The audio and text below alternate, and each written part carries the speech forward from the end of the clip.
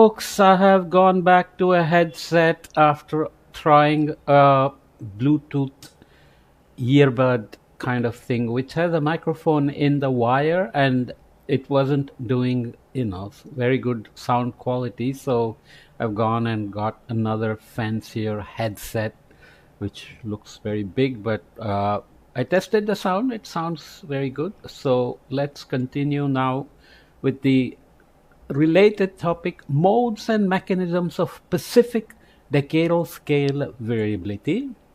This is led by Manu Di Lorenzo and all the usual suspects of this field. So again, this is a nice long paper, lots of information. Main things to remember are that there is evidence of decadal scale variability from the data. We don't have necessarily all the answers as to this selection of the time scale or the mechanisms, or whether they are intrinsically born in the extratropics or tropics, or there is an interaction. And when we say modes and mechanisms, we are talking about not just one mode but multiple modes. So it's a complicated story, but again, science works this way. You find data, you do some analysis, you find a hypothesis, you try to get more data to test the hypothesis before it can become a theory.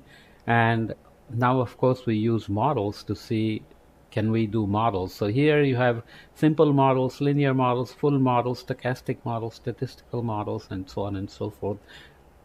Again, I'm going to be brief and not go through all the details, because it's a really nice paper with lots of nice references that you have to follow up if you're interested in this topic. Okay, so Pacific decadal variability, Pacific Ocean, climate variability, climate change, ocean atmosphere teleconnections, El Nino, southern oscillation are all the key words of this review. This is also a review, annual review of marine sciences. What is the abstract? The modes of Pacific decadal variability, PDV, as opposed to TPDV that we talked about. These are traditionally defined as statistical patterns of variance, reflect to first order the ocean's integration, i.e. the reddening of the atmospheric forcing that arises from both a shift and a change in the strength of the climatological or time mean atmospheric circulation.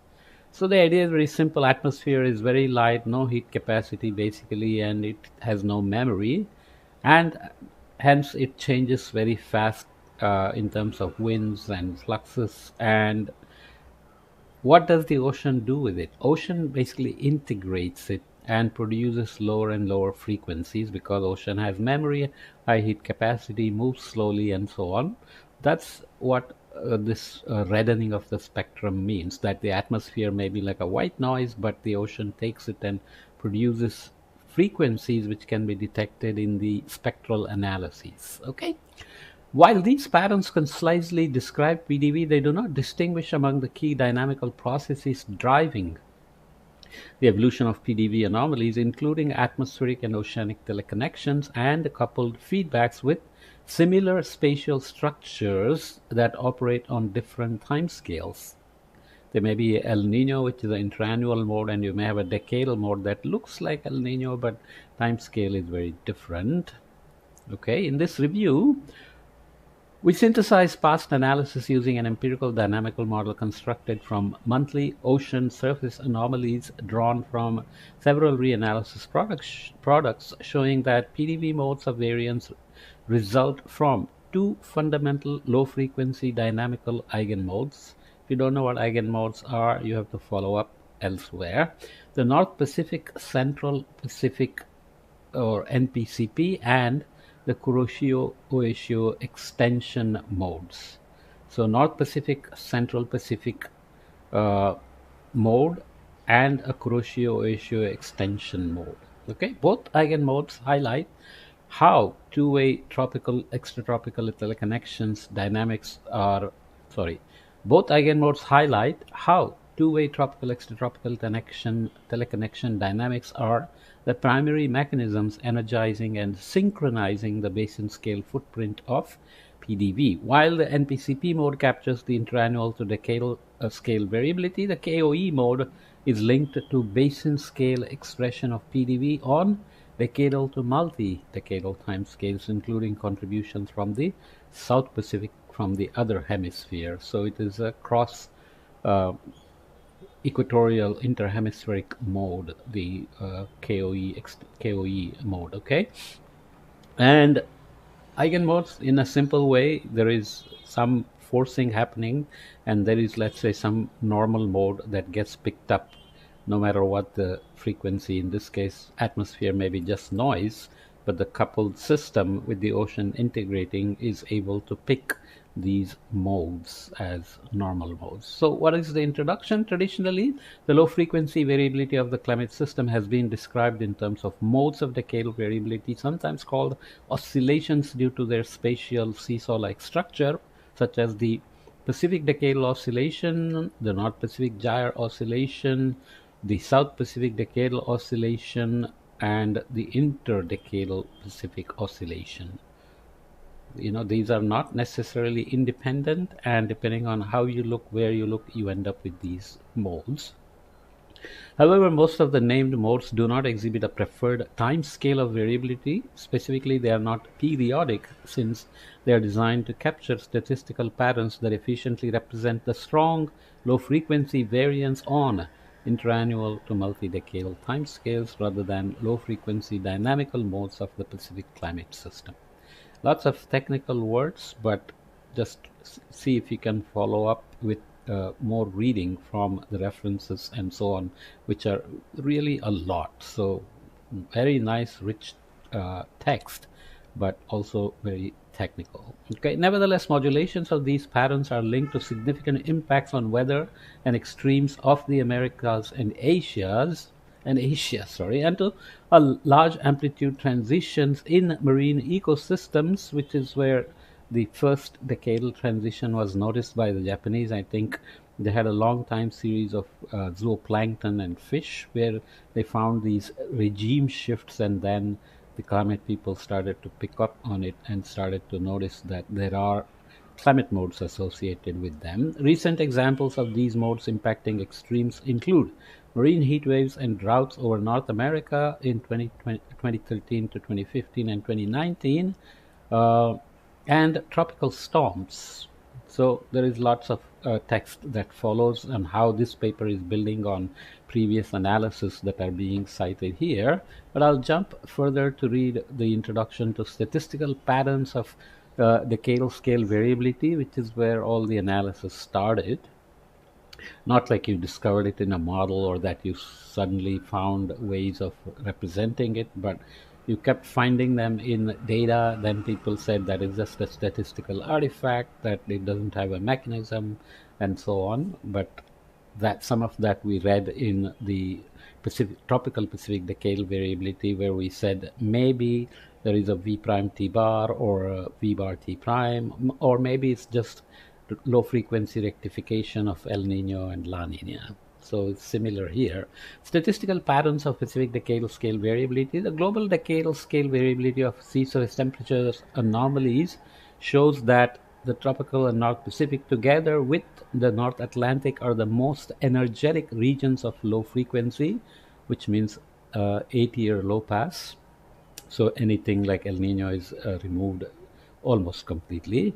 So that's low frequency variability. Previous analysis of global SSTs have documented that several modes of PDV are main contributors to both global climate variability and fluctuations of the global warming trend, such as the 1998-2013 hiatus, which I have discussed elsewhere that you can look up.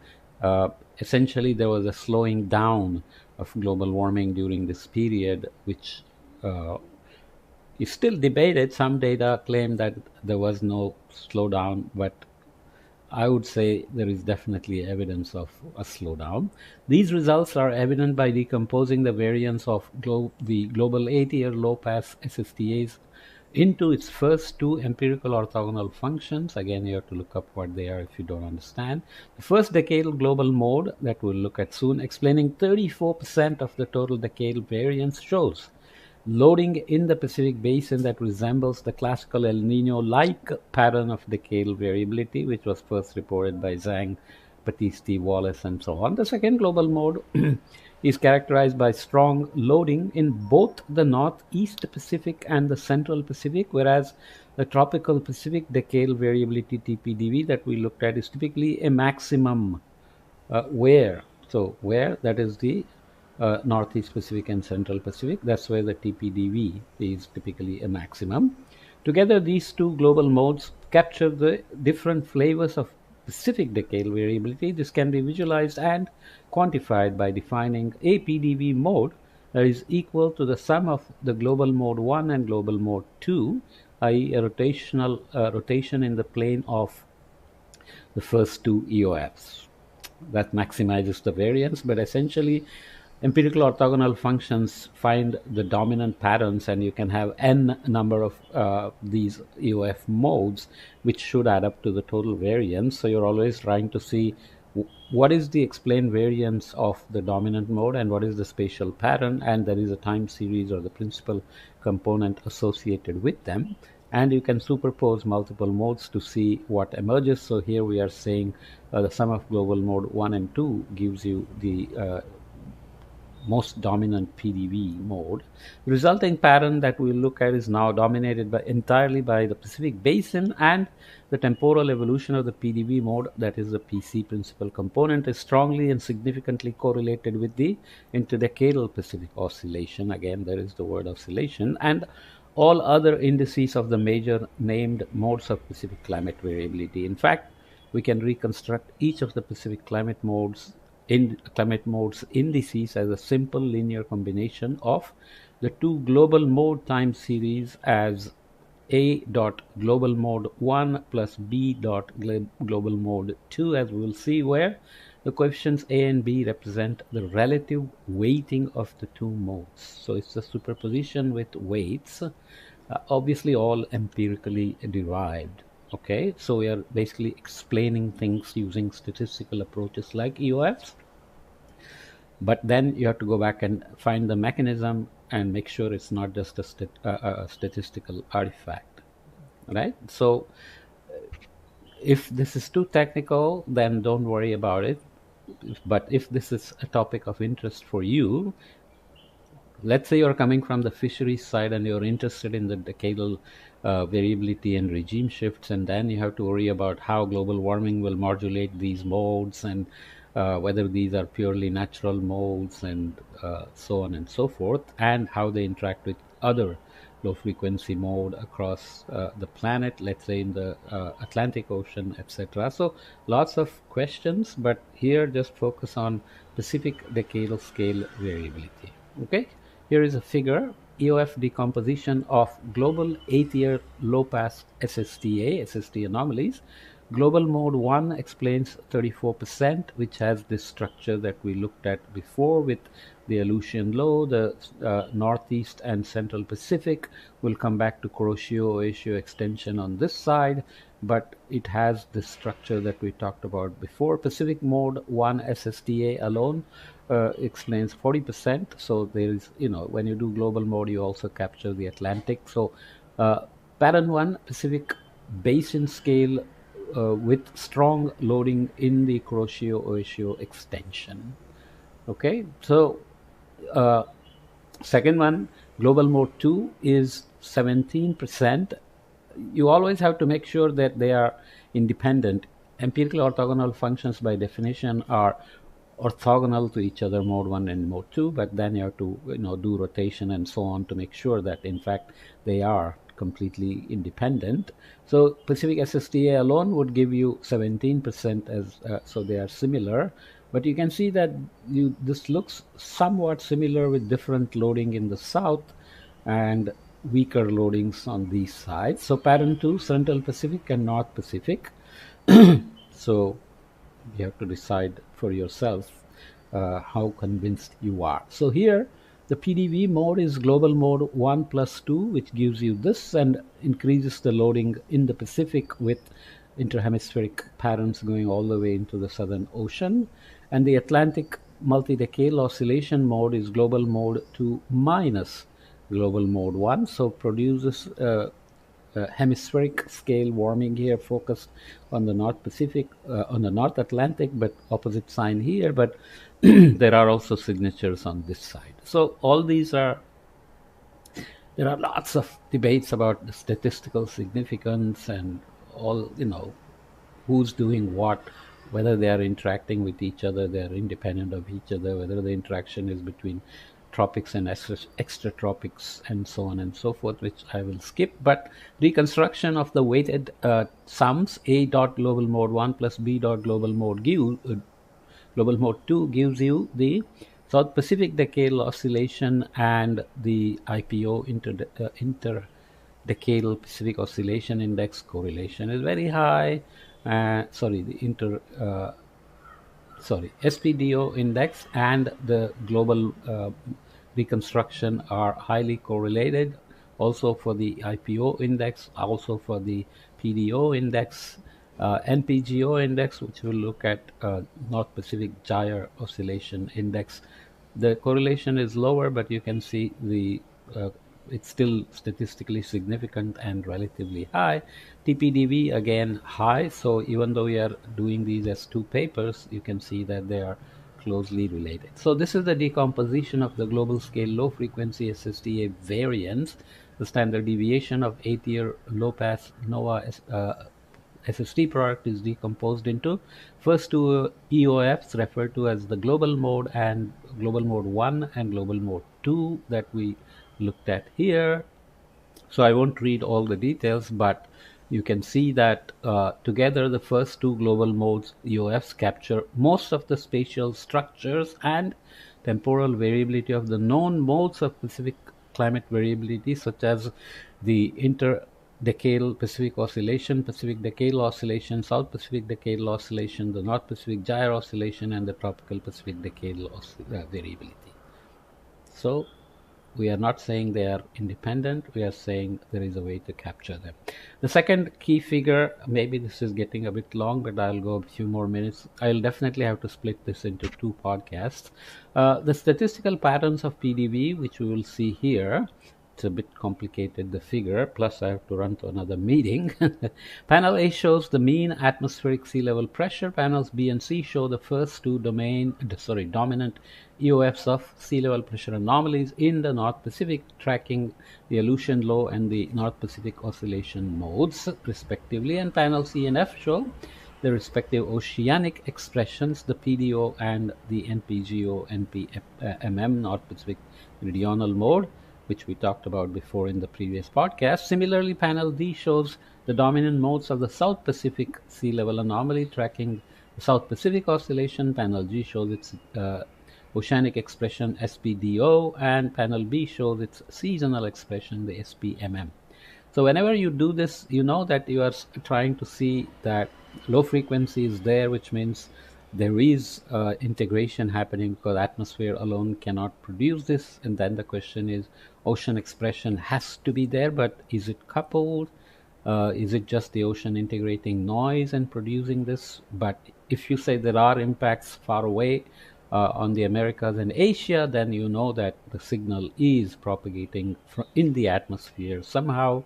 So there are modulations of the atmospheric noise, let's say, on low frequencies by the ocean manifestation of these modes. So the red and blue outline shapes in the atmospheric modes mark the locations of the mean SLP highs and lows, respectively. Rectangles in the mean circulation and oceanic modes represent areas where So let's just look at the figures. So mean circulation of the atmosphere, we have the Aleutian low, the North Pacific high, South Pacific high. The Southern Ocean is always different. So this is the North Pacific and South Pacific focus. So atmospheric modes, the Aleutian mode. So North Pacific SLPA mode 1, explaining 35%, captures the changes in the position and strength of the Aleutian low, which goes, north-south, expands east-west as well. So Aleutian low to PDO exists. So I chopped it off in different ways, but never mind. So North Pacific oscillation mode is the going from NPO, negative NPO to NPGO, and also to NPMM, the North Pacific Meridional Mode, which you can look up with John Chiang's paper and so on. So this is the North Pacific SLPA Mode 2 explaining 17%. This was 35%. So this captures changes in the strength of the mean atmospheric circulation of the North Pacific. So not just the Aleutian Low, but the entire North Pacific atmospheric circulation. So this is the January to March variability of the NPO here being one of the key factors. This is the NPO here. South Pacific Oscillation Mode, on the other hand, explains 40% of the EOF in the South Pacific SLPA. This captures the changes in the strength of the mean atmospheric circulation of the South Pacific. So South Pacific Oscillation to SPDO, the South Pacific Decadal Oscillation, and February to April variability of the South Pacific Meridional Mode. Meridional mode has extratropical to tropical connection of equatorial SSTs, tropical winds, and there are again theories of these things, which means we don't know the exact answer. So the ocean manifestations, North Pacific SSTA mode 1 explaining 23% that we called the PDO before. So you can see the amplitudes there. North Pacific gyre oscillation mode, which has this focus, it's the North Pacific SSTA mode 2 explaining 15%. Are they independent? Well, you can do rotation and so on to verify. South Pacific Decadal Oscillation Mode, 24% in the SSTA, South Pacific SSTA, so has a very strong El Nino-like signature here as opposed to the broader pattern here, but it has this strong South Pacific focus, of course. And South Pacific SSTA Mode 2 explains 14%, and it has this east-west pattern, which is somewhat like the ENSO transition mode that the Shikhar Srivastava, Arindam Chakravarti, and my paper explains. Okay, so we'll come back and look at Hasselmann's ideas in the next podcast, because this is already 22 minutes long. Essentially, that's the stochastic model that explained how noise from the atmosphere can be integrated by the ocean to produce low frequency climate modes, and he won the Nobel Prize, shared a Nobel Prize with Suki Managri and a